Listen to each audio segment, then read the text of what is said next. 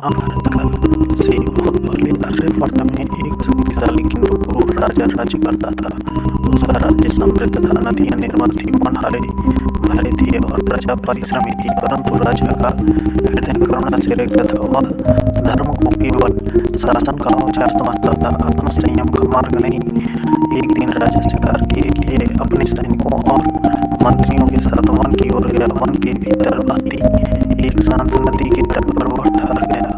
वहां उसने एक अद्भुत दृश्य देखा। एक श्वेत हंस अपने बच्चों के साथ नदी में निश्चिंत भाव से तैर रहा था। उसके बच्चे उसकी छाया में सुरक्षित थे। वह दृश्य मातृत्व, शांति और प्रकृति के संतुलन का प्रतीक था। परंतु उस राजा के भीतर दया नहीं, केवल अहंकार था। उसने हंस को देखकर कहा, यह जीव कितनी निर्भयता से मेरे राज्य में विचरण कर रहा है। क्या इसे यह भी नहीं ज्ञात कि यहाँ मेरा आदेश सर्वोपरि है। उसकी दृष्टि में यह सौंदर्य नहीं, चुनौती थी। राजा ने क्रूर आदेश दिया, उस हंस की आंखें फोड़ दी जाएं ताकि वह देख न सके, और उसके बच्चों को मार दिया जाए ताकि वह समझ सके कि मेरे राज्य में सुख केवल मेरी कृपा से मिलता है। सैनिक हिचकिचाए, पर राजा आज्ञा सर्वोपरि थी। हंस की आंखें फोड़ दी गईं। वह पीड़ा से छटपटाता रहा, अपने बच्चों को खोजता रहा, पर अंधा हो चुका था। उसके बच्चे उसी नदी के तट पर निर्दयता से मार दिए गए। वन साक्षी था, नदियां साक्षी थीं और कर्म भी। राजा उस दिन हंसता हुआ लौट गया, पर वह नहीं जानता था कि उसी क्षण उसका भाग्य लिख दिया गया है। कालचक्र घुमा, वह राजा अपने ऐश्वर्य में डूबा रहा, और जीवन के अंत में उसे न शांति मिली न संतोष।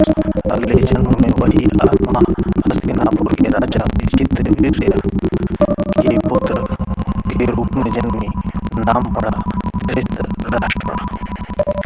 जन्म लेते ही यह स्पष्ट हो गया कि वह अंधा है। महर्षियों ने संकेत दिया, यह केवल शारीरिक अंधापन नहीं, यह पूर्व जन्म के कर्मों का फल है। धृतराष्ट्र ने 100 पुत्रों को जन्म दिया। वे शक्तिशाली थे पर विवेकहीन। जैसे जैसे काल बढ़ा, वे अधर्म के मार्ग पर बढ़ते गए, और फिर आया महाभारत युद्ध। जिस प्रकार धृतराष्ट्र के 100 पुत्र कुरुक्षेत्र में एक एक कर मारे गए, धृतराष्ट्र सुन सकता था पुत्रों के गिरने की ध्वनि, रणभूमि की चीखें, पर देख नहीं सकता था। जैसे वह हंस सुन सकता था अपने बच्चों की अंतिम पुकार, पर देख नहीं सकता था। यह कर्म का पूर्ण चक्र था। कथा सिखाती है कि कर्म कभी नष्ट नहीं होते। शक्ति के साथ करुणा आवश्यक है। मेरे प्राणियों पर अत्याचार सबसे बड़ा अधर्म है।